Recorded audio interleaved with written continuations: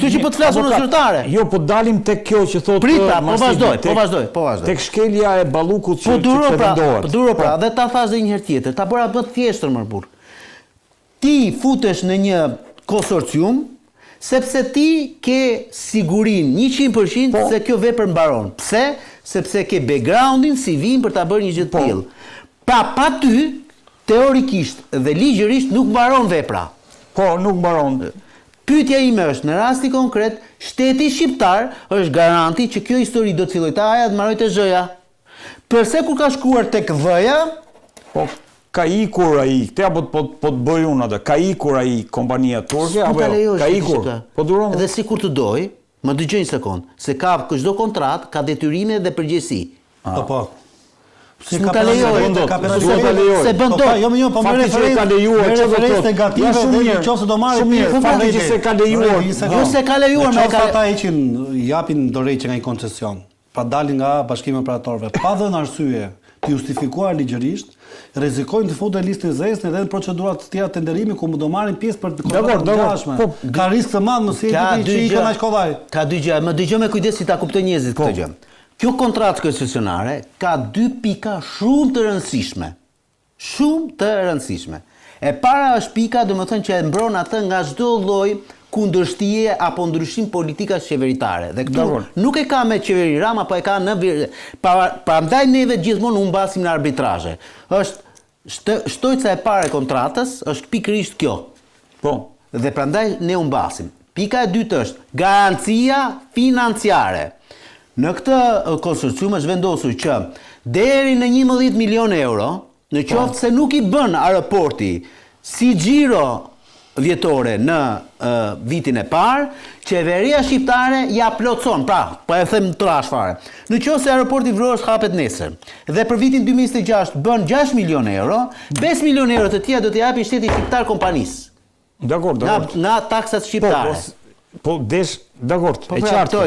E treta, në rastin për të cilin neve po flasim, është të ndaluar në bazë të kontratës që ka firmosur shteti shqiptar. Në bazë të kontratës. Po pra, në bazë të kësaj kontrate për cilin po flas, është të ndaluar që kompania turke të dali nga konsorciumi, se po doli do të thotë që ti do e bësh një koncesion të ri. Doli, çfarë do të thotë kjo? Doli nga çfarë duhet bëjë qeveria shqiptare në momentin një nga kompanitë vendos të dalë, nuk ka le të themi asete financiare për të vazhduar, nuk ka. Stapon aty dhe bën një rikoncesion të ri.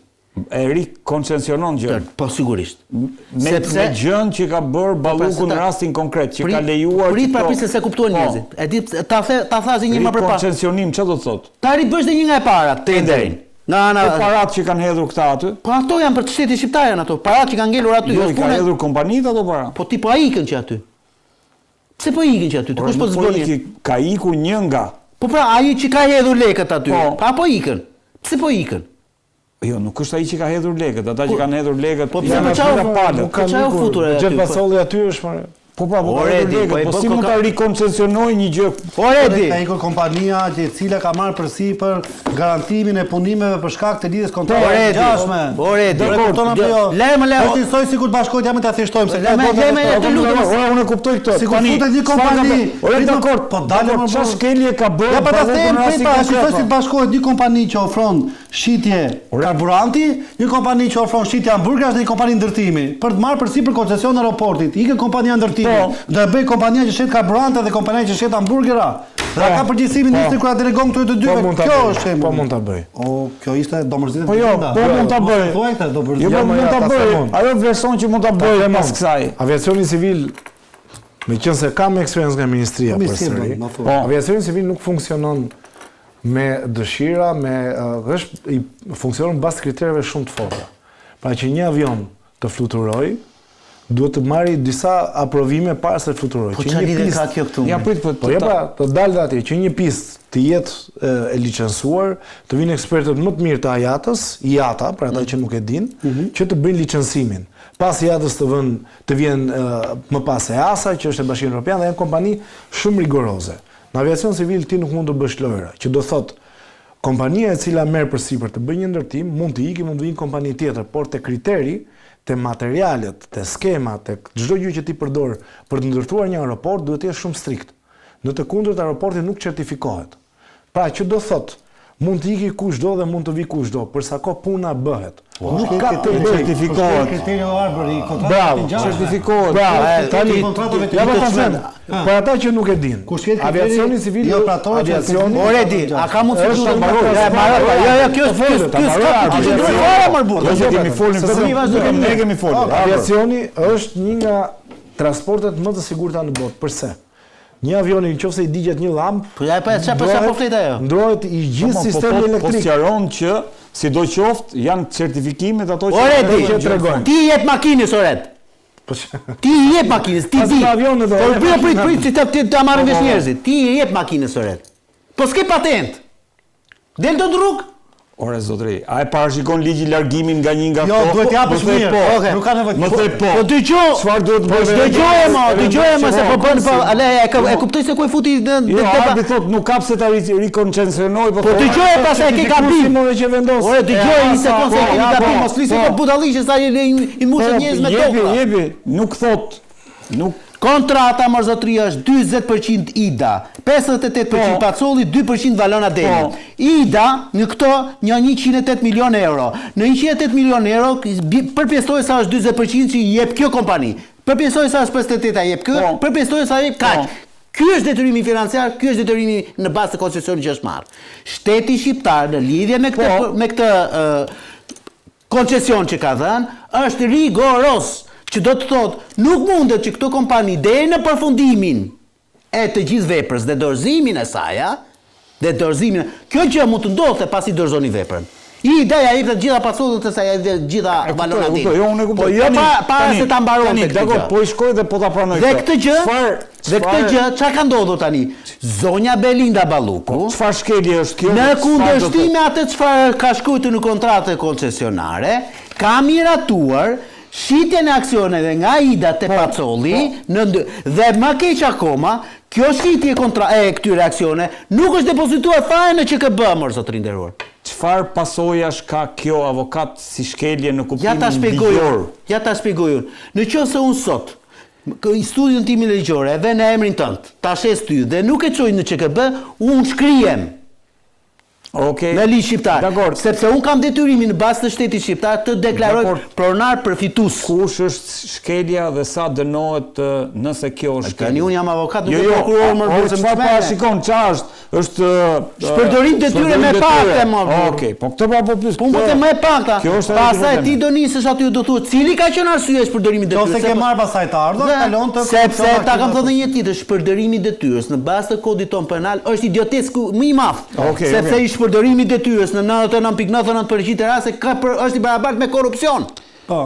Dakor. Justifikohet isha i paafta kuptoja, unë kështu e mendova. Ju po nuk bërtite në këtë emision, nuk sqaron dot me qetësi. Jo, tani kemi tani do të shikoj politikisht arbër, politikisht. Po shikoja pak disa deklarata që ka bërë opozita dhe më vjen mirë që miku im Nardi ishte në të njëjtin repertor fjalish me zotin Gazmet Bardhi. Dhe shiko, mua më vjen mirë që pavarësisht unë nuk e di ka bërë korrupsion apo jo zonja Balluku, ndoshta edhe ka bërë, por ja ka arritur një gjë. Një pjesë e opozitës u unifikua fal zonjës Balluku, pra ka bërë një shërbim publik shumë të madh. Po bravo. Dhe ka filluar nga kjo tryezë dhe ndoshta do vazhdoj edhe më poshtë në pas. Po për xhepat e shqiptarëve. Zoti Bardhi e kam lidhur, kështu që mos nuk surprizohem. Jo, realisht po shifja sigur ora ke vënë ta ka vënë ai ose keni një mendje dhe keni një repertor fjalish. Tani ai është më i lartë se sa unë politikisht. Politikisht dalim. Tani kjo është një çështje shumë e koklavitur. Që e zauruam dhe pam edhe në studio që ishte e koklavitur. Nuk kuptohet në mënyrë kaq shtrenjtë. Arbër çfarë do të prodhoj, por ka një gjë. Unë jam i sigurt në një gjë. Zoti Rama, nëse janë projekte të rëndësishme, janë projekte strategjike, të gjitha këto, dhe nëse akt akuza mbi gjitha, ka vetëm pjesën që ka të bëjë me procedura, unë nuk besoj që do të pranoj nëse do t'i vi kërkesa për një arrestim të mundshëm të zonjës Balluku të heqë imunitetin.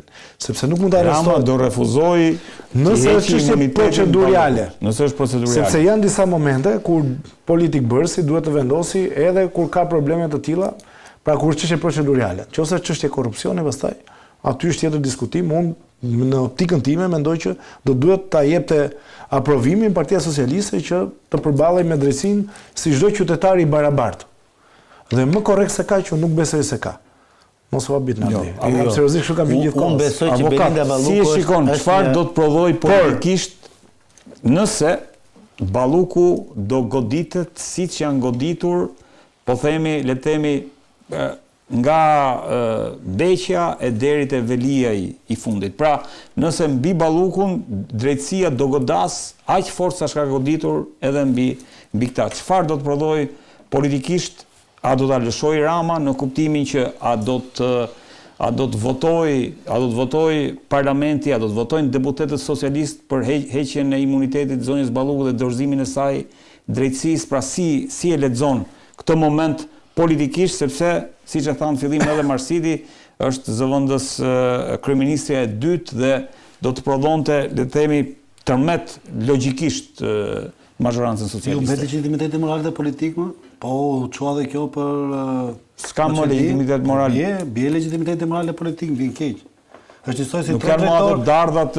Jo, s'ka më dardha pastaj aty i bie që ka gjëra të tjera, vetëm dardha dhe mollë dhe fiq nuk ka. Se Rama pak a shumë u shpreh. I bie që ka nuska.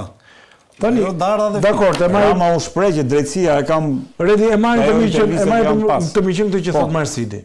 Vendi shkon zgjedhje parakohshme, fiton prapë PS-ja. I bie rikthehet legitimiteti për një muaj apo jo? Se i bie legitimiteti. Shkon zgjedhje i rrafë ti. Unë po marr të miqjan të gjithë ti. Ra legitimiteti i Ramës me ikën e zonës Balluku. Që humbet zgjedhjet Rama. Shkon në zgjedhje. Po pse mos e marrim që humbet? Ore, tani unë po flas jo me dëshirë, unë po flas me ato që dalin nga sondazhet. Janë sondazhe që tregojnë disa elemente. Ore dhe nëse sondazhet të thon ty në mënyrë konstante që e Majta fiton, ti thua pse mos të mendojmë ne që do mbasi. Edhe në Maqedoni, më fal, i njëjti procent ndodhte me VRMNO PMN. VMRO DPMN, ja ta them unë. Po prit, edhe ai njëjtin gjë thoshte opozitës. Sa herë të doni shkojmë zgjedhje parakohshme, po fakti është që kishte edhe probleme të tjera. Tani, atë çështje është shumë mirë. Atë çështje është shumë mirë. Po, thesin no. VMRO DPMN, do të marrëm arsyen. Ja ta them pra. Sepse në rrymën amerikane vetëm për këtë gjë. Nuk është kriter vetëm fitore e zgjedhjeve. Nuk e ke të saktë, në rrymën amerikanët dhe dolën disa përgjime shumë të forta, ku ishte i përfshirë Daja i kryeministrit, i cili ishte kreu shërbimin sekret, që bënte përgjime, merrte rrushfete etj. Nuk ka qenë ashtu historia si thotë. Nuk ishte për një skandal politik. Ishte për një skandal. Mund të dalin edhe këtu skandale të tjera që janë biseda ministrit e zënës kryeministrit. Por në mund të dalin Maqedoni. Në Maqedoni rezova kriterin e fitore të zgjedhjeve, dhe ai fiton të zgjedhjeve, po fitora zgjedhjeve në Maqedoni dhe mos harroni një gjë, thelbi i asaj përplasje dhe i largimit të VMRO DPMN-s nuk ishte se nuk fitonte do zgjedhjet, po ishte kthimi i një kursi totalisht në lindje, një aleancë shumë të fortë me Vladimir Putinin dhe një trembje shumë më madhe e faktorit amerikan, sepse po i binin jashtëzakonisht influenca në Maqedoninë e Veriut dhe ata ndërhyn duke publikuar përgjimet, duke ngritur LSDM-n, që ishte partia e tretë në Maqedoni dhe ngritën si parti të parë. Në argumentin tënd vetëm një kundrapyetje kam. Ti thua që ndërkombëtarët ndërhyjnë dhe realisht pranojnë që faktet të dalin publikisht vetëm kur lëviz geopolitikisht, apo intereson realisht zbatimi i ligjit, sepse nëse ai do kishte lëvizur politikisht, se s'po vjen as emri i kryeministrit. Po Gruevski, po. Patini bëj këto fakte do dilnin. Jo, ka një gjë. Pra i bëj që edhe Rama post lëvizi politikisht pro Putinin, ka një gjë që çado që të bëj. Ka një gjë, vija kuqe, jo ka një gjë. Jo se ta kuptoj linjën e para ta them unë, më pyete. E para vija kuqe është vija kuqe, që do thotë Shqipëria nuk e ka shkelur asnjëherë. Vija kuqe që është orientimi pro-perëndimor. Po shkelja ligjit. Pra Shqipëria s'e ka shkel asnjëherë. Fal, shkelja ligjit është vija kuqe. Jo prit do të dalë atje. Ndërsa për sa i përket shkeljes së ligjit atje kemi një administratë të re amerikane, e cila nuk ndërhyn në çështje kaq mikro të një shteti. Shikon në aspektin makro dhe Trump ta ka treguar gjithë të periudhë kohe, duke bashkëpunuar me lider shumë problematik, siç është Viktor Orban, kur doli me Putinin dhe siç është Viktor Orban, siç është bipolare, ama. Jo, po ka një gjë. Dhe Trump të ka dalë në favor të një lideri problematik si Viktor Orban, e shumë liderë të tjerë problematik në Europë, që do thot nuk i shqetëson shumë sa administratet çështjet minore nëse spak shkon në këtë trajektore, në goditjen deri tek Velia dhe Balluku. Fati politik i Ramës do jetë njësoj se fati Gruevskit. Mbaheshni, do e shoh. Pra, shkon e tillë trajektoria deri te Balluku, te njeriu më i afërt sot i Ramës. Si ta lexojmë këtë, le të themi, goditje të SPAK? Është goditje, do jetë goditje politike, nuk diskutohet. A do të shkaktoj, jo, a do të shkaktoj, le të themi, një tërmet në politikën shqiptare në kuptimin që kur shkohet në parlament për të kërkuar imunitetin të bjerë qeveria, se kjo është pak a shumë... Tani që të bjerë qeveria, ligjërisht është e pamundur, se duhet të jetë një kryeministër tjetër që të marrë votat mbi 71+. Pra, ligji kështu e parashikon, me ndryshimet e Kushtetutës 2008-s. Si, edhe nëse Rama nuk do i ketë nesër votat për të miratuar... Pra, do ketë mocion mosbesimi dhe mocion mosbesimi. Rrëzohet një kryeministër, duhet ketë automatikisht kryeministri i ri 71 vota plus. Gjë që ne nuk i ka. Po më thonë ju që se ka. Po jo pra... Se vazhdon mbetet Rama dhe nëse nuk do t'i ketë votat për qeverisur, si do miratoj? Jo, nëse ka votat për qeverisur, nëse shkon në mocion mosbesimi, duhen të paktën 71 vota plus t'i ketë opozita. Tani nëse më thonë që opozita ka 71 vota plus, unë nuk besoj që i ka. Janë 83 me 50, miku im. A ku gjeti opozita 21 vota plus? Nese, por Rama nuk do t'i ketë, nëse flasim, fjala vjen për 15 deputet të Ballukut, bie fjala. Nëse flasim, në këto terma... Do të themi dhe këtë, që flasim për... Pra do ketë rebelizëm, ju thoni që do ketë rebel. Po flasim, do themi dhe i gjemën që flasim edhe për i kod zgjedhor ku 70.000 vota për kthejnë në një mandat. Si që ishte rasti Shqipërisë. Skandal. Tregot 83 mandate. Ky është realiteti. Kur po ta tregon ta tregon KQZ-ja, mos ta tregoj unë. Ka raport të drejtë konstitucionale. Thua që Balluku nuk ka aq deputet sa mund bëhen nesër rrezik për majorancën. Dgjoj, absolutisht nuk besoj që Belinda Balluku, rënja e saj politike, do të krijonte tërmet politik të zoti Rama, sepse në fund të ditës është një individ politik që fuqinë më të madhe nuk ja ka dhënë emri i saj, fuqinë më të madhe ja ka dhënë ai që i ka dhënë firmën e zëvendës kryeministrës. Fuqia e madhe nuk është e individët në Partinë Socialiste. Po kemi është tek maja e piramidës. Mos e marrim me veten, po nëse ka bërë le ta marrë, pse ke hallti? Unë s'kam hall. Jo, s'kam hall. Nëse ju jeni shqetësuar për Ramën. Jam shqetësuar, mos vjen vetë për kryeministrin, më nuk kam hallur se çfarë. Ju nëse jeni shqetësuar se ikën Rama vjen keq, po ju si opozitë do doni që të ikë. Unë kam vetëm shqetësim. Po doni të ikë apo jo? Përgjegjësit që shkelin ligjin të ndëshkohen. Të gjithë shqetësim kam unë. Jo, mos e kam shqetësim. Unë kam se shkohet te Balluku, si e lexon le të themi veprimin e SPAK. A jemi në pikën që SPAK po godet fort këtë majorancë, ka një vullnet për të goditur këtë majorancë? Shiko, unë di them këtë gjë që nëse shkohet drejtësi e pavarur. Ja kjo pra ku e ke? Nëse do dalim te Dumani se kemi edhe Dumanin pastaj që kemi drejtësi e pavarur. Nëse shkohet se Marsiti se ka kritikuar. Po, Marsiti se ka kritikuar SPAK-un. Unë kam Nardi ka thënë kamikaz. Ja ku e ke që është drejtësi e pavarur miku im Nardi. Data përfundoj. Ja, gati e kemi. Po flet me heshtje. Unë mendoj këtë gjë. Unë mendoj këtë gjë që nëse bie Balluku, Rama mund vazhdojë që ndrojë, por është një qeveri pa legjitimitet politik, moral dhe ligjor. Është njësoj si qeveria Ramiz Adil Çarçani te Kurani i saj vitin 91-92. Që domethënë vullneti ishte tjetër gjë, në tjetër gjë reflektoi. Dhe Edi Rama është barazleshëm me Ramiz Alin e vitit 91.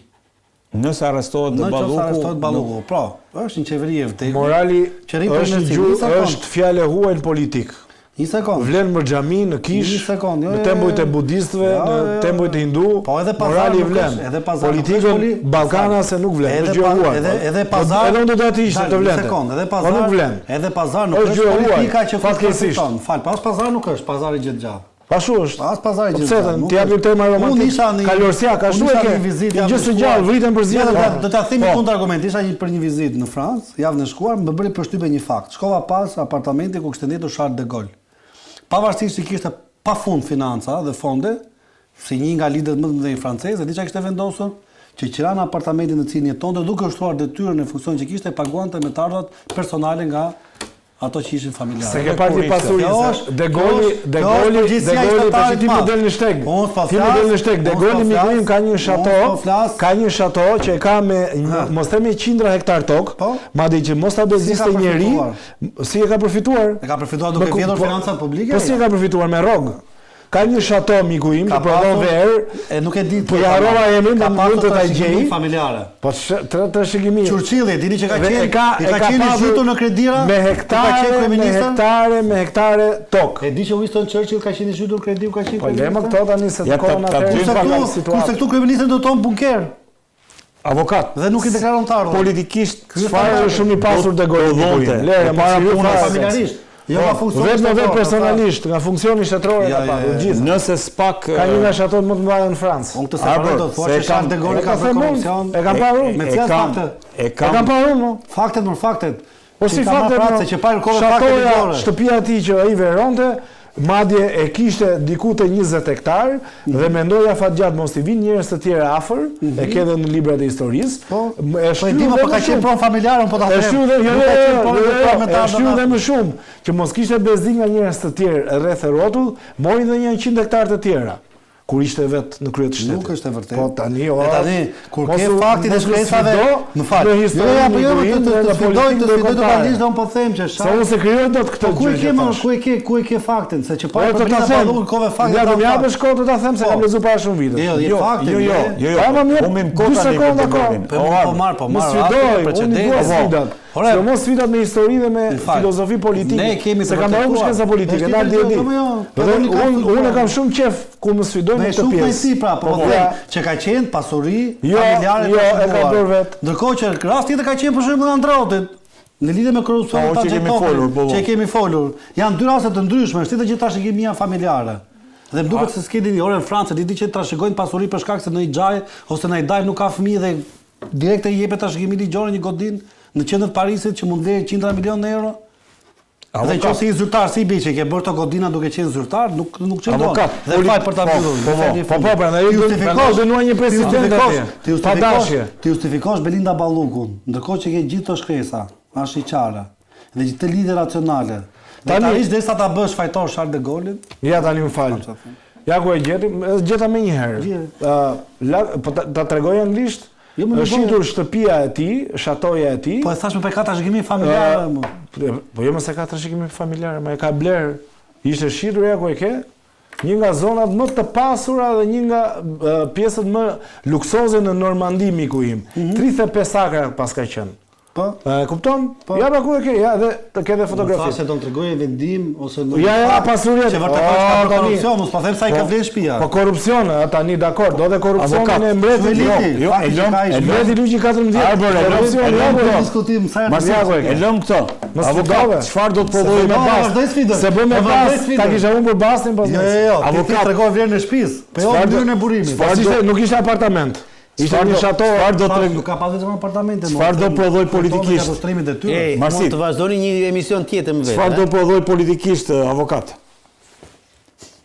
Goditja e Ballukut dhe çfarë do të thotë kjo për SPAK-un nëse SPAK vazhdon dhe nuk ndalet, le të themi, vazhdon goditje në nivele të larta, dhe duhet të thonë që Balluku është sot numri 2 i socialistëve. Unë besoj që Belinda Balluku nuk është e korruptuar. Jo, tani çfarë do të prodhoj politikisht? Po duro pra, të flas politikisht, me fjalinë e parë më le të them. Unë besoj si shumë shqiptarë tjerë që Belinda Balluku nuk është e korruptuar. Nuk ka bërë gjithë to që themi ne. Është një person i cili edhe pse në 2013 deklaron 90.000 euro dhe në 2023 më shumë se 2.2 milion euro, prapë i ka dhënë me djesën e ballit. Kështu i besojnë shqiptarët, kështu i shikojnë shqiptarët. Këto janë fakte të cilat janë të lexueshme, mjafton që të lexosh deklaratat e pasurive. E dyta, unë jam skeptik tek ideja, domethënë që SPAK-u kësaj historie do t'i shkojë deri në fund për të bërë një çështje penale ndaj zonjës Balluku, deri në pikën saqë neve të themi domethënë që ashtu siç ja bën Lalierit, ashtu e përfundoi edhe zonja Balluku. Unë nuk e besoj këtë si histori. Nuk do të shkojë kështu po thua. Sepse unë nuk besoj domethënë që Lalieri kishte vështrimin dhe le themi korracën e fortë e Edi Ramës si kundër e ka Belinda Balluku, politikisht po flas. Se Lalieri nuk ka firmosur për Edi Ramën. Kurse Belinda Balluku ka të paktën nga 5 vjet që firmos çdo gjë për Edi Ramën. Dhe kjo politikisht është një gjë shumë e rëndësishme për ata. Sigurisht nëse do vi fundi dhe Edi Rama domethënë nuk do di se nga duhet ta mbajë në raport me vepra penale të prezumuara që mund t'i ngrihen, unë sigurisht domethënë që Edi Rama s'ka për ta vrarë shumë mendjen për Belinda Ballukun. Do filloj të flasë 2-3 ditë siç foli Perion Veliaj për të hequr mendjen e njerëzve që s'jam unë këtu në këtë mes. Dhe kaq dhe të përmarroj aty historia edhe për Belinda Ballukun. Ajo që unë besoj është fakti domethënë që pavarësisht se në javës tjetër ose ndoshta edhe që këtë javë mund t'i konfirmohet nga prokuroria vepra penale për të cilët zonja Balluku do hetohet, pavarësisht se mund të ketë prova shumë të rëndësishme, të cilat mund të dënohet 15 apo 20 apo 30 vite në burg në bazë të veprave penale, po të them, edhe në rast se do shkojë çështja në Parlamentin shqiptar, unë jam 100% i sigurt, këta kam në mendjen time që Rama apo Parlamenti, Rama nuk do t'i japin që Belinda Balluku të arrestohet. Nuk do t'i japi okej. Nuk ka për ta dhënë kurrë atë okej. Kjo histori do vazhdoj të paktën tregojnë nëse si jep okej. Asnjë lloj këtu, shiko këtu Omarsit. Mua më bën shumë, domethënë idealizmi është një kallë dhe një lloj kufiri. Jam 100% dakord me atë idenë tënde, domethënë se si duhet jetë. Po. Problemi qëndron këtu që ne jemi totalisht në një lloj diktature demokratike.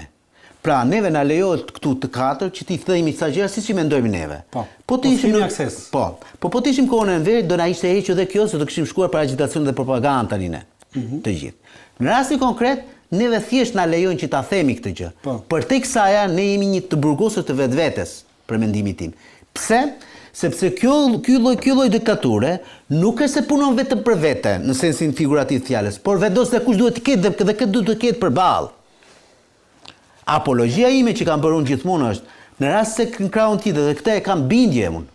Le të më thonë çfarë doin ata të cilët më shajnë për televizion apo kudo apo dhe për. Unë e kam bindje, një kallim Isrit ishte në këtë krahun këtë. Kryetari i opozitës, sot Edi Rama nuk do ishte kryeminist. Avokat, unë kam bindje. A do ta sfidonte Balluku Ramën nëse le të themi spak do ta merrte Balluku nuk merr frym pa I thonë Rama më brur. Nëse bëj kaq gjën kaq të madhe. Jo, fakti që sot nuk shkoi, fjala vjen nuk u paraqit. Po pse nuk shkoi paraqit do të thotë domethënë që e bëri me kokën e vet. Por këtu nuk lëviz miza më burri dhe pa dijenin e Edi Ramës. Pse bëheni kaq naiv tani se po më dukemi sikur po filozofojmë këtu burr. Ore jemi fiks. Nuk ndodh po thua. Jo, më jemi fiks në diktaturë o njeri. Marsit, a do ta sfidonte Balluku Ramën? Shiko, unë mendoj që Belinda Balluku ka vetëm një cilësi ndryshe nga Sajmir Tahiri, Erion Veliaj, Arben Ahmetaj.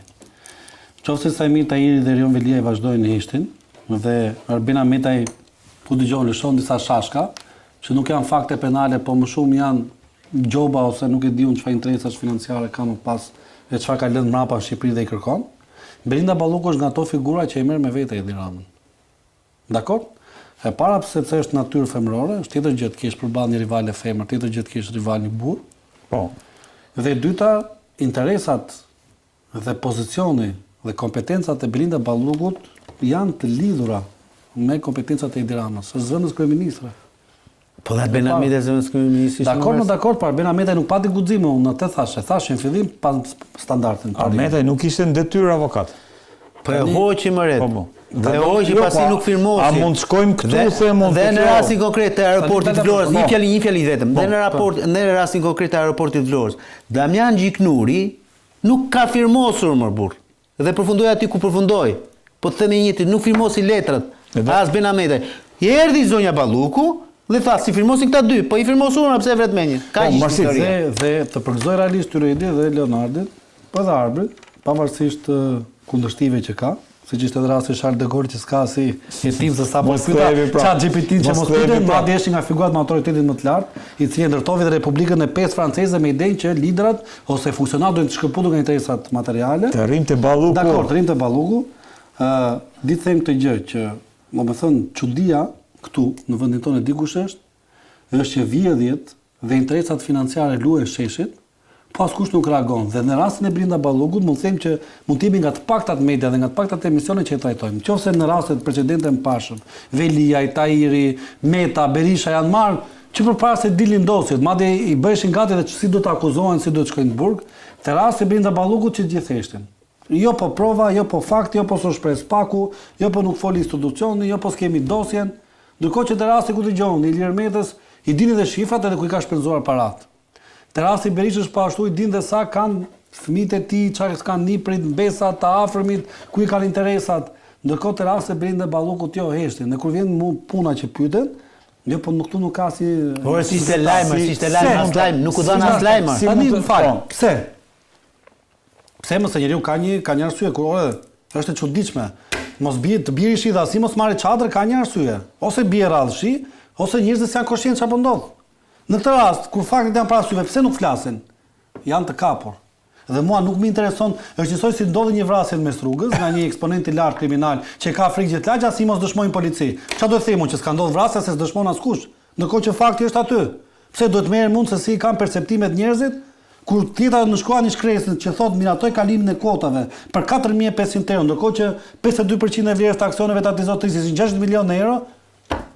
Ka një sqarim këtu që ka nevojë. Kur thuhet që kompania turke ka qenë kompania garantuese e zbatimit të kontratës, se ka qenë detyrim ligjor në koncesion, që duhet të jetë një kompani që ka lidhur kontrata të ngjashme. Dhe ti thua që jo, s'ka rëndësi, le dalë kjo kompani nga koncesioni, se në fund ka rëndësi si do zbatojnë punimet. Po nëse do zbatoheshin punimet dhe zbatimi punimeve